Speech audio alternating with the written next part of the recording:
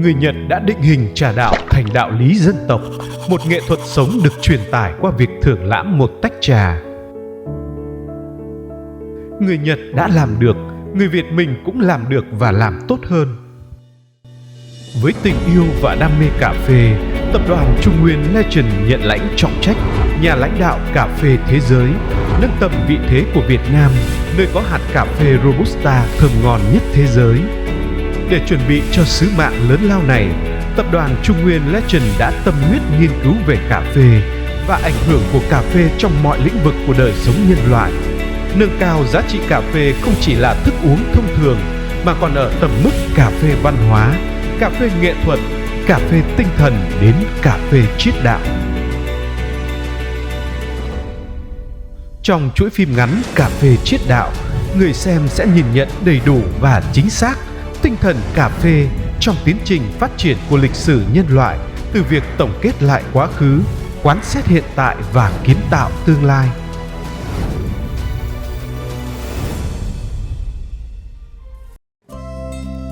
Cà phê phong cách Ý, từ tách espresso đến ấm mocha.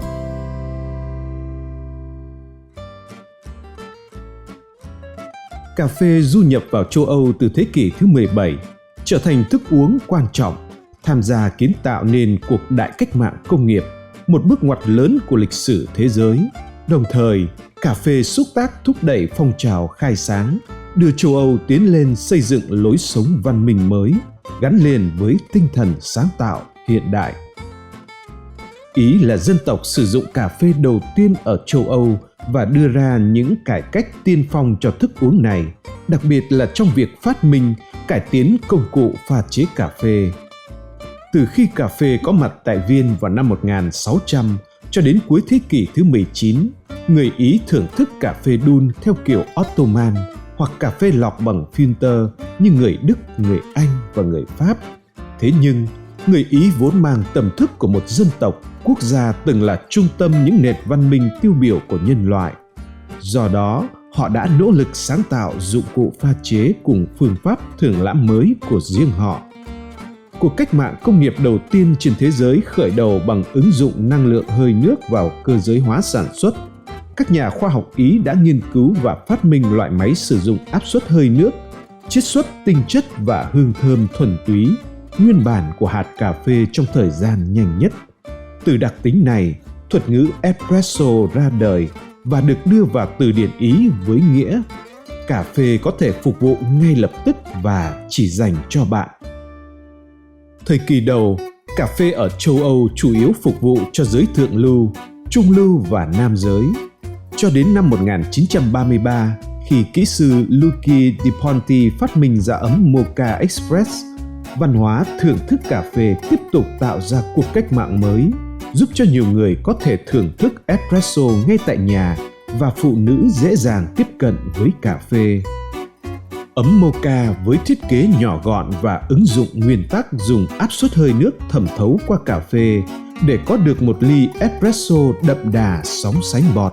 Chính ưu điểm này đã giúp ấm Mocha được sử dụng rộng rãi trong mọi gia đình ở Ý.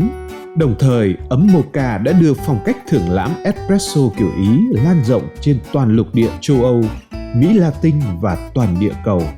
Thiết kế ấm Mocha còn được vinh danh như biểu tượng của ngành công nghiệp, bởi trước năm 1933, chưa có vật dụng nhà bếp nào được làm từ nhôm. Sau khi ấm Mocha ra đời, đã mở ra thời đại sản xuất các sản phẩm nhà bếp từ nhôm. Chưa kể về mặt mỹ học, ấm Mocha còn có thiết kế bát giác mang đặc trưng họa tiết đối xứng hình học thịnh hành những năm 1930. Cho đến nay, thiết kế ấm Mocha được trưng bày trong các bảo tàng nghệ thuật và thiết kế công nghiệp trên toàn cầu như Bảo tàng Nghệ thuật Hiện đại MoMA Mỹ, Bảo tàng Cooper Hewitt ở Mỹ, Bảo tàng Thiết kế London. Từ phong cách pha chế cà phê đun của đế chế Ottoman, người Ý đã tạo tác nên một nền văn minh cà phê mới, gắn liền với các yếu tố công nghệ và sự tiến bộ khoa học. Cũng từ đó, cà phê đã tạo nên làn sóng văn hóa thưởng lãm mới tại châu Âu, lan rộng ra toàn cầu. Các thuật ngữ biểu trưng cho cà phê phong cách Ý như espresso, cappuccino, macchiato, latte đã trở nên phổ biến và được mọi giới, mọi quốc gia yêu thích. Với tính sáng tạo liên tục, khởi đầu từ espresso, ấm mocha, phong cách cà phê Ý đã được hoàn thiện từ phương pháp pha chế, công cụ, dụng cụ, nghệ thuật trình diễn đến phong cách thưởng lãm. Người Ý luôn mang niềm tự hào sâu sắc về lịch sử, văn hóa truyền thống dân tộc, quốc gia mình, và họ cũng xem cà phê phong cách Ý là một phần quan trọng trong nghi lễ tập quán xã hội Ý. Chính tư duy sáng tạo của họ đã góp phần xóa đi ranh giới thưởng thức cà phê tại hàng quán và tại mỗi gia đình, đồng thời mang lại sự bình đẳng giới trong việc tiếp cận với cà phê.